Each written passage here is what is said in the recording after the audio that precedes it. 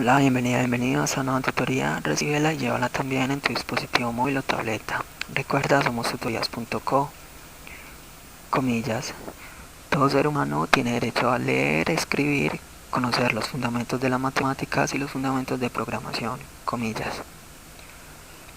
Como se observa en la figura, el ejercicio planteado consiste en crear un algoritmo que permita generar el inventario de un almacén. Las condiciones son las siguientes. Se tiene entonces una matriz de tamaño 3×4. Cada fila representa un almacén y cada columna representa el número de piezas. Igualmente se tiene un vector con el costo de las piezas, es decir, un vector de tamaño 4. Se necesita generar el valor total general y el valor de una pieza en todos los almacenes, así como el valor de todas las piezas por almacén. Planteamos la solución en un programa de 37 líneas. En la línea 3 vemos la instrucción numeral include IOSTRAM. IOSTRAM es una librería que permite ejecutar operaciones de entrada y salida de datos. Con esta instrucción lo que estamos haciendo es incluir la librería IOSTRAM. En la línea 4 vemos la instrucción numeral include conio.h.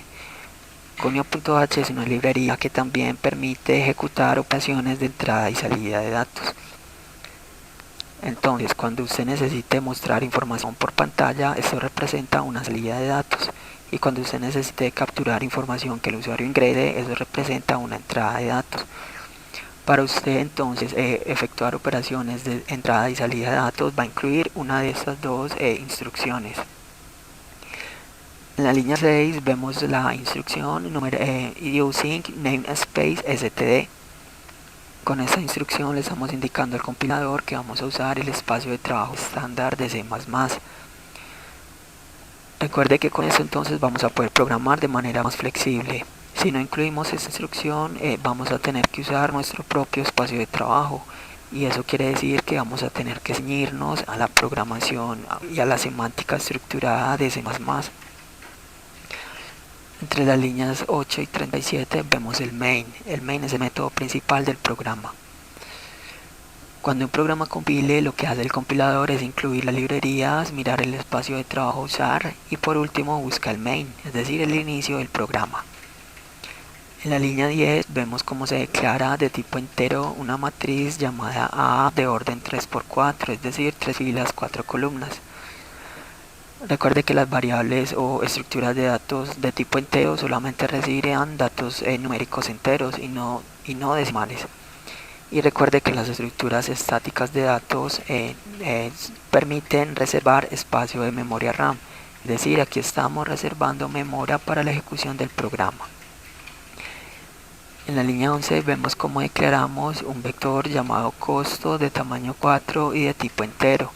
Este vector se inicializa con 4 valores. En la línea 12 vemos cómo se declaran 5 variables de tipo entero: la variable suma piezas por almacén, la variable suma piezas, la variable suma general que se inicializa en 0 y las variables IJ. Estas dos variables funcionarán como controladoras de los ciclos. Entre las líneas 15 y 24 vemos una estructura repetitiva. Recuerde que las estructuras repetitivas permiten ejecutar un conjunto de instrucciones repetidamente, aprovechando así la velocidad de procesamiento de datos de un computador.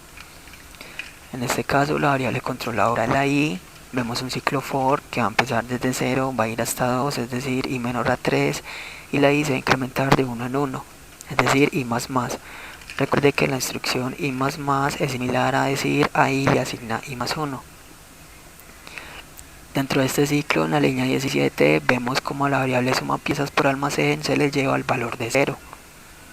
Y entre las líneas 19 y 22 vemos un ciclo for interno. En este caso, la variable controladora, la j, va a tomar valores entre 0 hasta 3, es decir, j menor a 4. Y la j se va a incrementar de 1 en 1, es decir, j más más. Dentro de este ciclo interno, entonces vamos a recorrer la matriz por filas, ¿sí?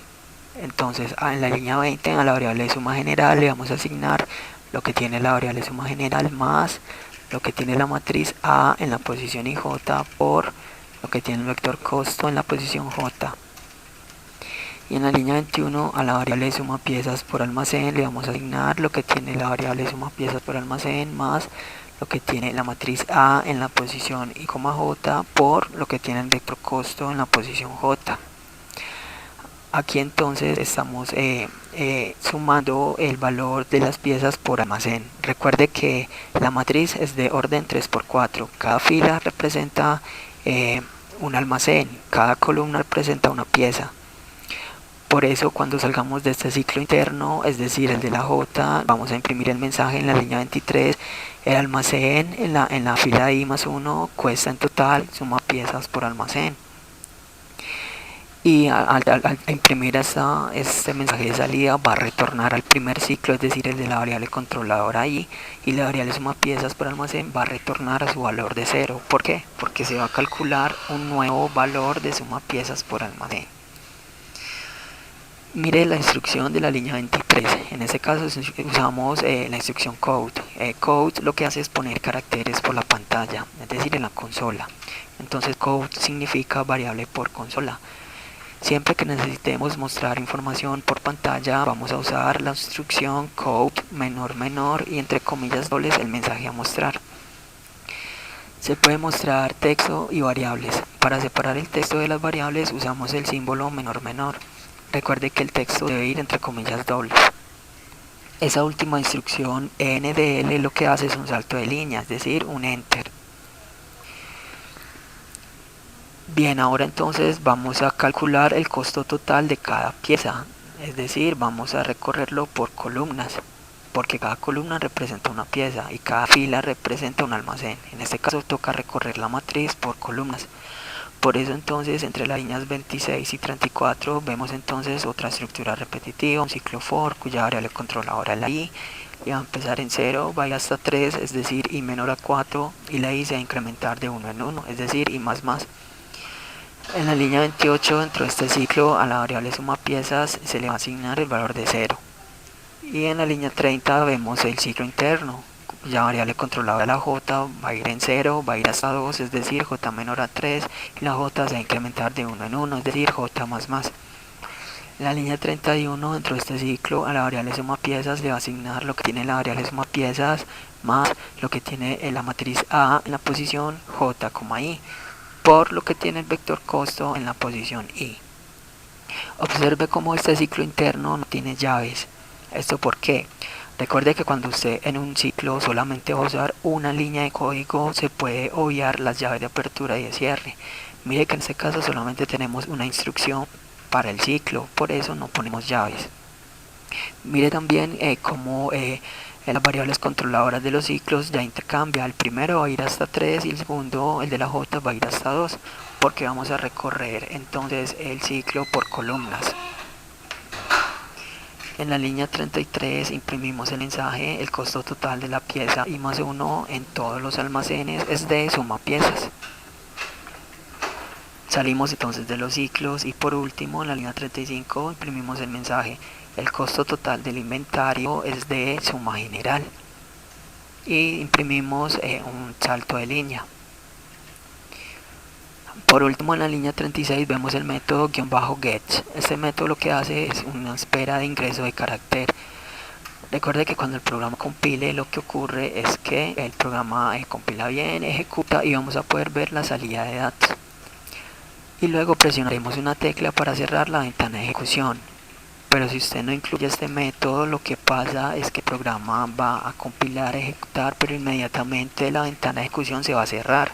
¿Por qué? Porque no hay una espera de ingreso de carácter. Esta fue la tutoría del ejercicio, crear un algoritmo que permita generar el inventario de un almacén. Repasa la teoría, resuelve nuestro test y practica un algoritmo en el tablero. Si esto te gustó o no, te invitamos a discutirlo y a valorar la experiencia de esta tutoría. Recuerda, somos tutorías.co, trinamos como @tutorías, posteamos en Facebook y Google Plus como Tutorías Colombia. Pregúntanos, contáctanos, haz parte de nuestra plataforma.